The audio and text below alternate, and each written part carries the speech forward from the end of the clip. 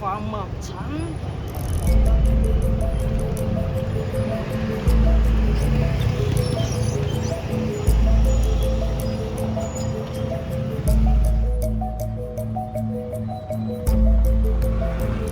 Io fansokatra mety.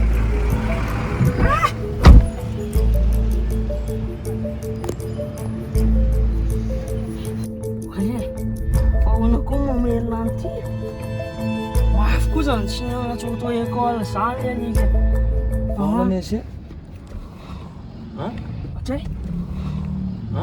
Mpianatra vaovao nga ianao? Io mpianatra vaovao. Ay, tsy mbola iny aloha kitiantsika voalohany. Le miana Tsy ny lakile aloha fa io efa teo tsy ny lakile aloha kitiantsika voalohany fa mbola hianatra ny momba an'iny pédale, ny vitesse, ny direction, clignotant. le mamelona ihany any tena ilaiko. Ay, zay zavatra tena ilainao. Reny zany ny teneniko teo aloha ny tena ilainao. Reny tsy maintsy ianarantsika fa mamelona tsotra kely. Itsao eny ambirazonao. Zahay dia avotony amin'izay le lakile teo. Zahay dia velona. Ao, zahay mamelona anazy. Fa tsy iny aloha ny important amintsika fa ilay ianatra amin'ilay pédale dia ilay vitesse ilay Ka efa direction. velona ny ety. Afaka midina ny ramose. Afaka midina amin'izay ramose Tsy afaka zany dia. midina. Zay ny anjara asa aketo. Ampianatra anareo zay eo côté gauche io.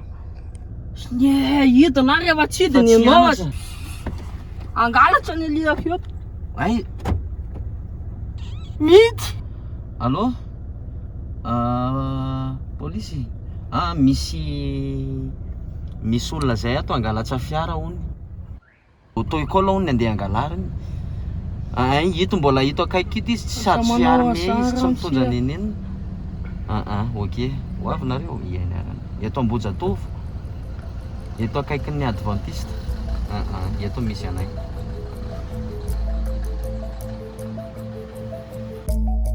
Eny fa na ny mpangalatra ry tia mila mianatra maika fa ianao olokindro io andao hianatra hitondra fiara.